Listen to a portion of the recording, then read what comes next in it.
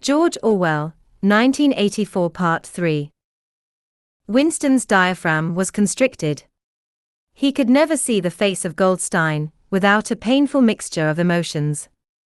It was a lean Jewish face, with a great fuzzy aureole of white hair and a small goatee beard. A clever face, and yet somehow inherently despicable, with a kind of senile silliness in the long thin nose, near the end of which a pair of spectacles was perched. It resembled the face of a sheep, and the voice, too, had a sheep-like quality. Goldstein was delivering his usual venomous attack upon the doctrines of the party, an attack so exaggerated and perverse that a child should have been able to see through it, and yet just plausible enough to fill one with an alarmed feeling that other people, less level-headed than oneself, might be taken in by it. He was abusing Big Brother, he was denouncing the dictatorship of the party, he was demanding the immediate conclusion of peace with Eurasia, he was advocating freedom of speech, freedom of the press, freedom of assembly, freedom of thought, he was crying hysterically that the revolution had been betrayed, and all this in rapid polysyllabic speech, which was a sort of parody of the habitual style of the orators of the party, and even contained newspeak words, more newspeak words, indeed, than any party member would normally use in real life. And all the while, lest one should be in any doubt as to the reality, which Goldstein's specious claptrap covered, behind his head on the telescreen there marched the endless columns of the Eurasian army, row after row of solid-looking men with expressionless Asiatic faces, who swam up to the surface of the screen and vanished, to be replaced by others exactly similar. The dull rhythmic tramp of the soldiers' boots formed the background to Goldstein's bleating voice. Before the hate had proceeded for 30 seconds, uncontrollable exclamations of rage were breaking out from half the people in the room. The self-satisfied, sheep-like face on the screen, and the terrifying power of the Eurasian army behind it, were too much to be borne. Besides, the sight or even the thought of Goldstein produced fear and anger automatically. He was an object of hatred more constant than either Eurasia or Eastasia, since when Oceania was at war with one of these powers it was generally at peace with the other. But what was strange was that although Goldstein was hated and despised by everybody, although every day and 1,000 times a day, on platforms, on the telescreen, in newspapers, in books, his theories were refuted, smashed, ridiculed, held up to the general gaze for the pitiful rubbish that they were, in spite of all this, his influence never seemed to grow less. Always there were fresh dupes waiting to be seduced by him. A day never passed when spies and saboteurs acting under his directions were not unmasked by the thought police. He was the commander of a vast shadowy army, an underground network of conspirators dedicated to the overthrow of the state. The Brotherhood, its name was supposed to be.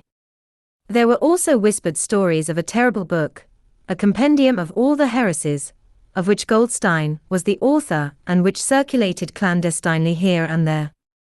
It was a book without a title. People referred to it, if at all, simply as the book. But one knew of such things only through vague rumors.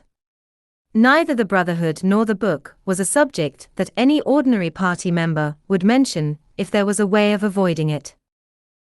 In its second minute the hate rose to a frenzy. People were leaping up and down in their places, and shouting at the tops of their voices in an effort to drown the maddening bleating voice that came from the screen. The little sander-haired woman had turned bright pink, and her mouth was opening and shutting like that of a landed fish. Even O'Brien's heavy face was flushed. He was sitting very straight in his chair, his powerful chest swelling and quivering as though he were standing up to the assault of a wave. The dark-haired girl behind Winston had begun crying out swine. Swine. Swine, and suddenly she picked up a heavy Newspeak dictionary and flung it at the screen. It struck Goldstein's nose and bounced off. The voice continued inexorably. In a lucid moment Winston found that he was shouting with the others and kicking his heel violently against the rung of his chair. The horrible thing about the 2 minutes hate was not that one was obliged to act a part, but, on the contrary, that it was impossible to avoid joining in. Within 30 seconds, any pretense was always unnecessary. A hideous ecstasy of fear and vindictiveness, a desire to kill, to torture, to smash faces in with a sledgehammer, seemed to flow through the whole group of people like an electric current, turning one even against one's will into a grimacing, screaming lunatic. And yet the rage that one felt was an abstract, undirected emotion, which could be switched from one object to another like the flame of a blowlamp.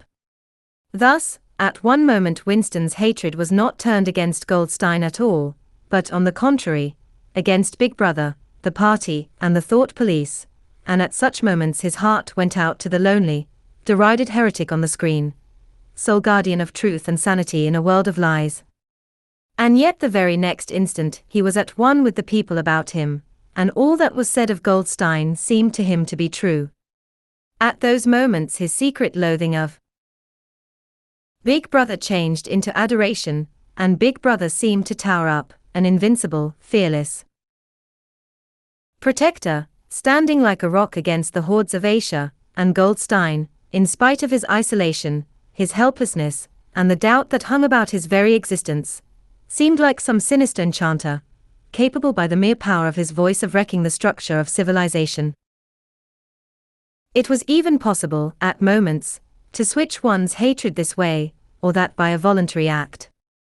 Suddenly, by the sort of violent effort with which one wrenches one's head away from the pillow in a nightmare, Winston succeeded in transferring his hatred from the face on the screen to the dark-haired girl behind him. Vivid, beautiful hallucinations flashed through his mind. He would flog her to death with a rubber truncheon.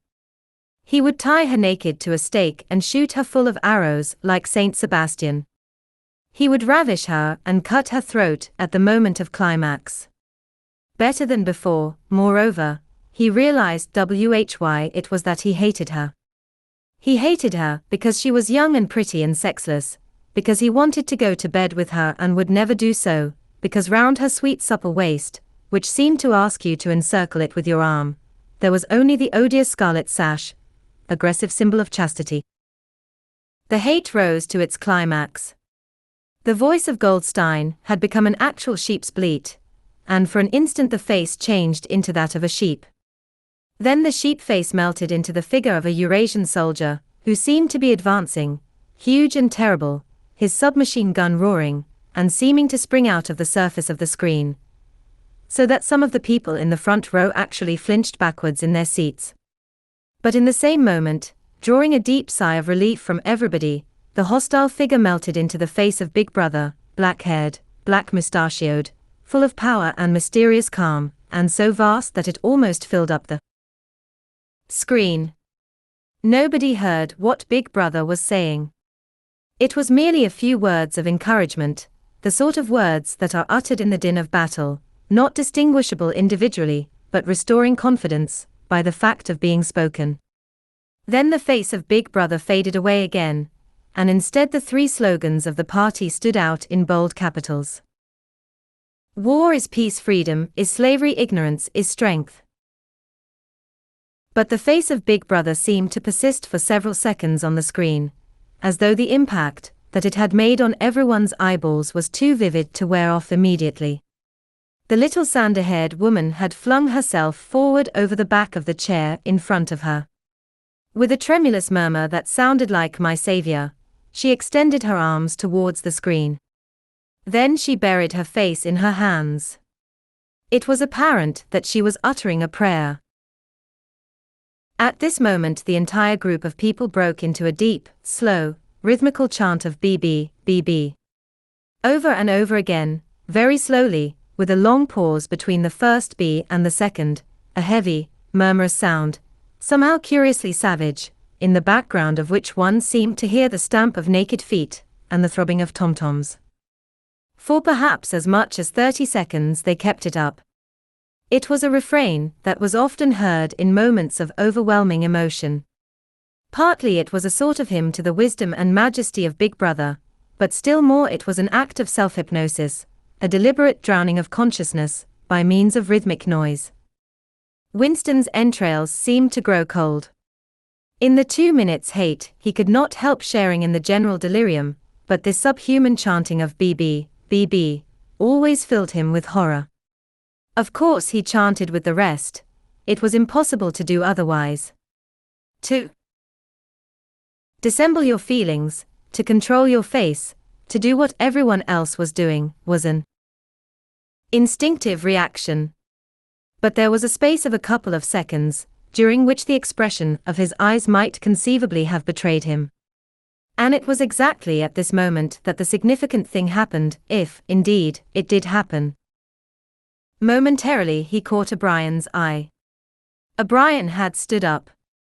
He had taken off his spectacles, and was in the act of resettling them on his nose with his characteristic gesture. But there was a fraction of a second when their eyes met, and for as long as it took to happen Winston knew, yes, he knew, that O'Brien was thinking the same thing as himself.